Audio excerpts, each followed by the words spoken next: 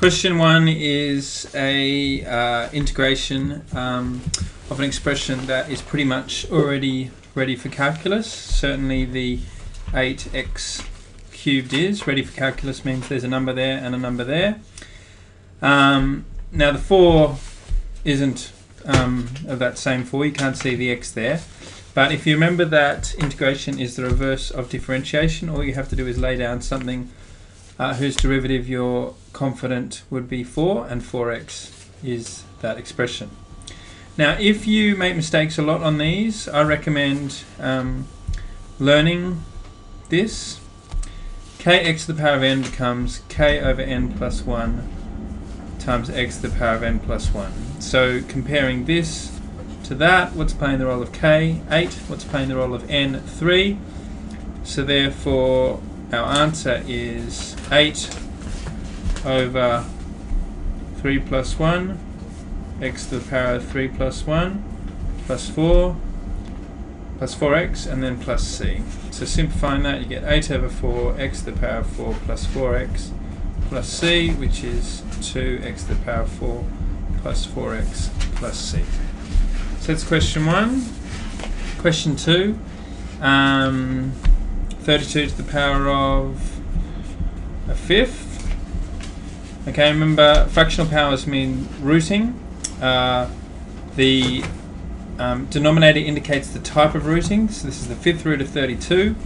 So we want a number which, when you times it by itself in a list of 5 repetitions, gives you 32.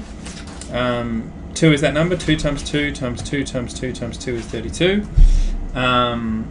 So the answer is 2. That 1 indicates that once we've done the rooting, we're finished. If that had been a 2, we would now need to take our answer and then square it. If that had been a 3, we would now need to take our answer and cube it. But because it's a 1, we can just stop after the rooting. So that's 2a, 2b. Okay, 32x to the power of 5 to the power of negative 2/5. Okay, well, negative powers, I'm always saying, are easy to handle. Just temporarily ignore the negative power and do your thing. Okay, so pretend that's not there. Let's do 32 to the power of 2/5. Well, we already worked out what 32 to the power of 1/5 is. It's 2. So 32 to the power of 2/5 must be 4. But because it's a negative 2/5, we just have to put that answer 4 underneath the fraction line. Simple as that. Now, how do we handle this and this? Well, when there's a cascade of powers on a single appearance of a letter, then you just multiply the powers. So what we have here is x to the power of negative 2, because 5 times negative 2 over 5 is negative 2. As I say, negative powers are easy. Just temporarily ignore the power, do your thing. So I've now got x to the power of 2, but because it's negative 2, just put the answer under a fraction line. Simple as that. Question number 3. Okay, we've got to solve 3x minus 7 is greater than 3 minus x. So I'm going to add x to both sides. I'm going to add 7 to both sides. And I'm going to divide both sides by 4. It's 10 over 4, but I'm writing 5 over 2. It's often a good idea to get a sense of how big these things are, and mixed fractions are the way to do that. So the solution to that is all the numbers greater than 2.5. And there they are. That's me just pointing to them. Okay. We had another inequality to solve as well. It was x squared minus 9x is less than 36.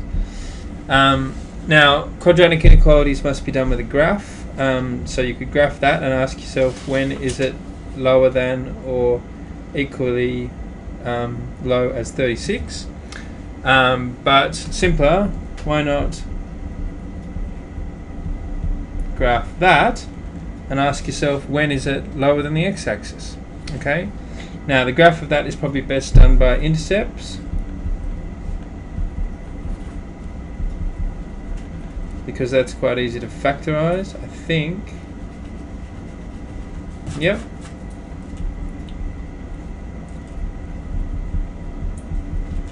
So this graph has x-intercepts of 12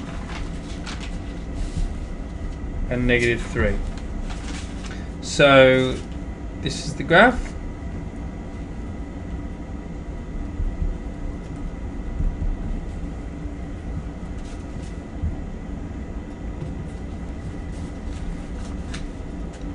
I'm sure that it's concave up rather than concave down because the coefficient of x squared is 1. Alternatively, plain as day that the y-intercept is negative there, because if you put x where 0 where x is, you get -36, so the y-intercept is -36. So I'm asking, when is that down low? It's down low here. So the answer to this inequality is x between 12 and -3. I'm now going to put that on the number line. The scale is pretty bad here.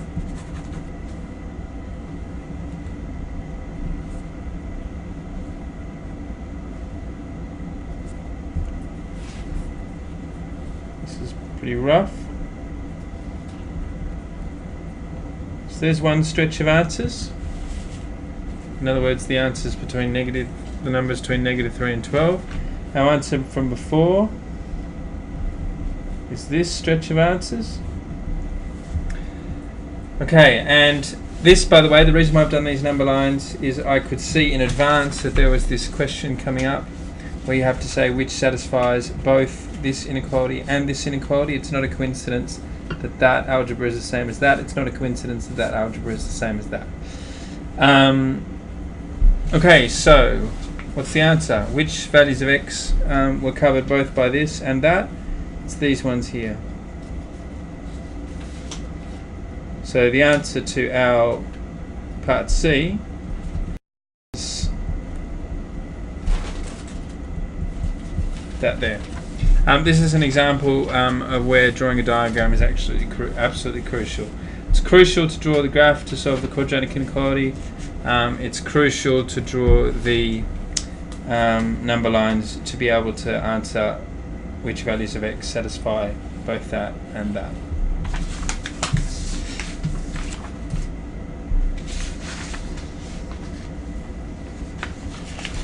I now realise that I've made a mistake. I was pretty rough when I said let's ask when that's lower than the x-axis. I wasn't interested only in when it was lower than the x-axis. I'm also interested in when it's dead on the x-axis, so that counts as well. So those all count there, but those 2 points there count as well. So there should have been little bars there, which means they should have been filled in, which means 12 counts as a final answer to C, because the point 12 is covered by both this top stretch and it's also covered by this arrow as it moseys out to the right, covering the number 12.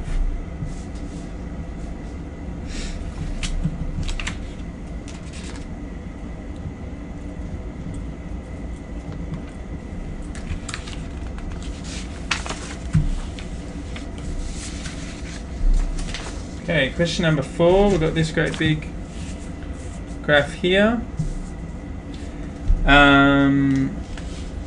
We're told that the equation of that is y equals 1 over x plus 1. I strongly recommend when people learn the basic shapes that they learn some key points that they go through. For the 1 over x graph, I recommend learning these. That's got an asymptote there and there. So y equals 1 over x plus 1 is not these 6 dots and this asymptote, but rather these 6 crosses and this asymptote. In other words, the old asymptote of the x-axis raised up by 1. So that is my graph of that. Now, obviously you're time pressured in the exam, you don't write this out, but I'm saying it's useful to think of this graph as having some key points that you can be sure that it goes through. So this graph that you've been given definitely goes through 1, 2, it definitely goes through half, 3, etc. And it definitely goes through -1, 0, amongst others. Okay, now we've been given a name for this, it's A, and in part A we're asked to identify this point. Well, that's straight out, it's -1, 0. If that hadn't been available to you just by straightforward knowledge, then you can just solve an equation. So 1 over x plus 1 equals y, but that is a y, that is an x-intercept. We do x-intercepts by making y 0, and now you just solve that.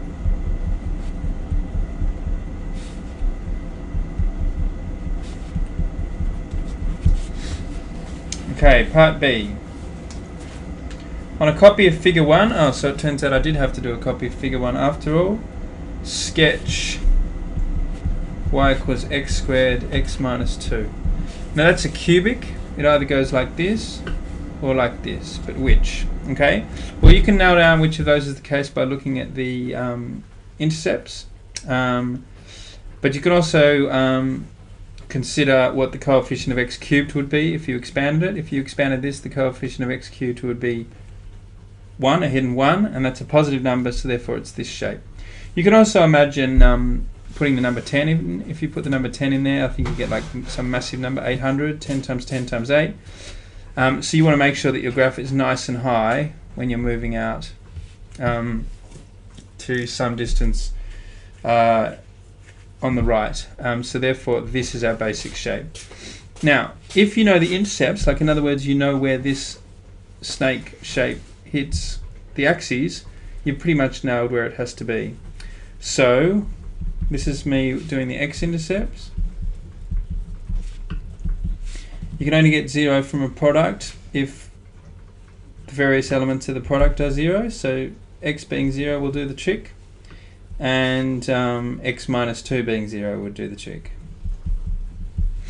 So there are our intercepts, and the y-intercept is 0 because 0 times 0 times -2 is 0. So is that enough for me to be sure what my graph is? It goes through there and there. Okay, well, it's not quite enough because sometimes your graph goes like this, sometimes your graph goes like this. Now, which of those is the case is determined by which intercept came from a squared expression. It was the x being 0 that came from the squared expression, so therefore it's the 0 x-intercept that has the bounce back. This I call the bounce back, whereas that's a genuine crossing of the axis. This one has a genuine crossing at 0 and a bounce back at 2. We want the one that had the bounce back at x equals 0 because it was the x equals 0 that came from the squared expression. So I think I'm ready now to put this on my final graph. I want to come from down low. I want to bounce back at 0. And I want to do a genuine crossing at 2. There we go, that's good enough.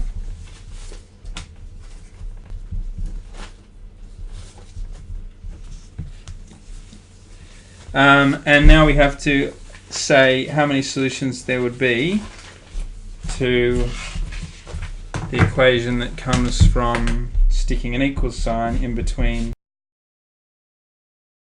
the algebra for the graphs. Well, that can be done by asking how many times the graphs cross. these graphs cross there and there, so the answer would be 2 solutions. So that's part C.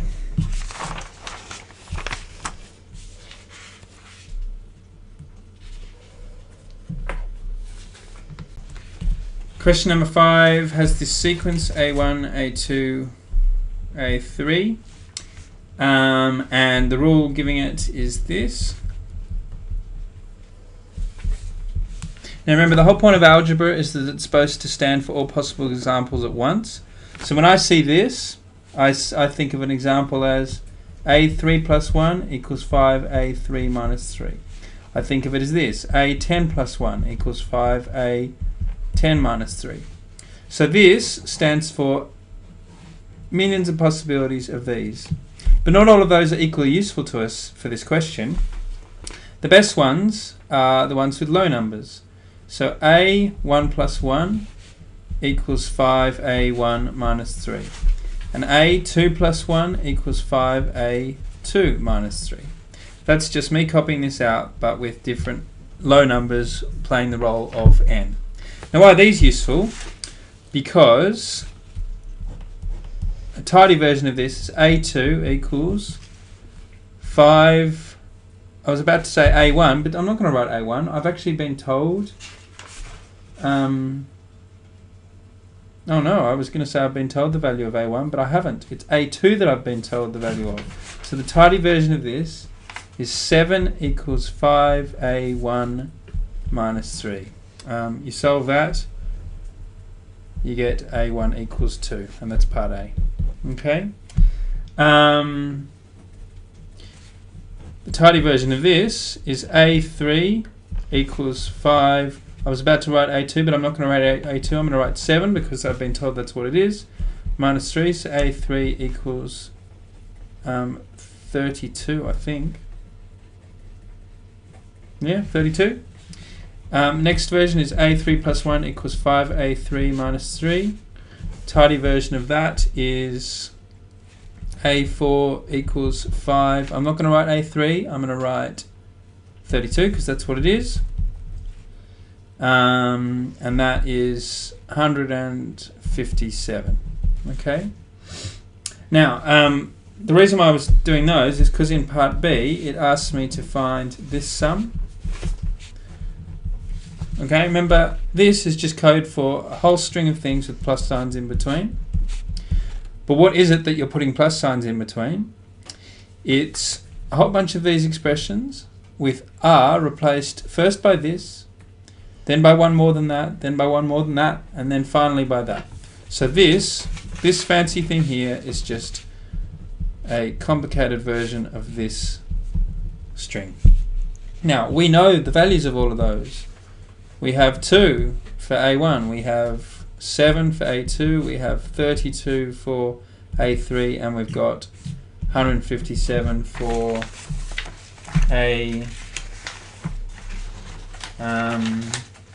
A4, which means our answer is 198. Okay, so that's question 5. Question number 6. Okay, write root 80 in the form c root 5, where c is a positive constant. This is an example of the problem solving strategy, where have I seen this before? Now, you may be a bit stumped by wording like this, but if you just think, where have I seen something like that before? Like what part of the syllabus? It was when you used to split these root 80s up. So that's what I'm going to do here, and hopefully I'm going to get something that looks like that. Okay? So 6 root 80. Just going to start small.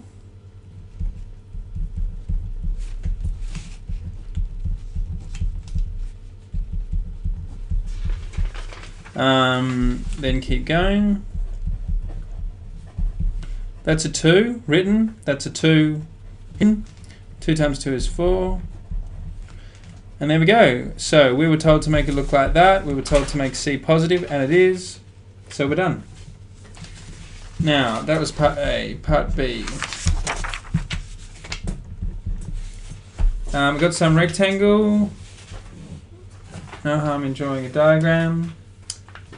The length is 1 plus root 5. And the area is root 80 centimeters squared. Okay, so this problem solving is naming, stating, and equating. When we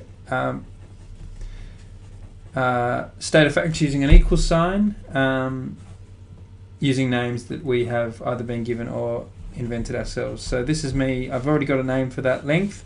This is me naming the height. So this is me stating a fact with the equal sign. It's a fact that that times that equals that. And our job is to find the width, in other words this, what I called the height. Okay, so the width is this. Now for goodness sake, don't move on the moment you've done some hard work. Just check that you've actually answered the question. They don't want it to look like this. They want it to look like that. So we're going to have to do some more work. Now, you might be a bit stumped. You might not immediately think how to make it look like that. So just think, where did I last see this? Like, what topic did I see things like that in? And whatever you did in that topic, do it now. That topic, by the way, is rationalizing the denominator. In rationalizing the denominator, you've multiplied by a fancy version of the number 1. Make sure it really is the number 1. That's the same as that. So yes, I'm multiplying by the number 1. And now do the fractions wrap, top times top. And then bottom times bottom. Now, I'm a bit always scared that I'm going to make a mistake with my surds, so I'm just going to guarantee a part mark. I'm just going to show that I understand that I have to do that times that. Just write them next to each other. I'm going to show that I understand that I have to do that times that. Just write them next to each other. Save all the maths for the next step.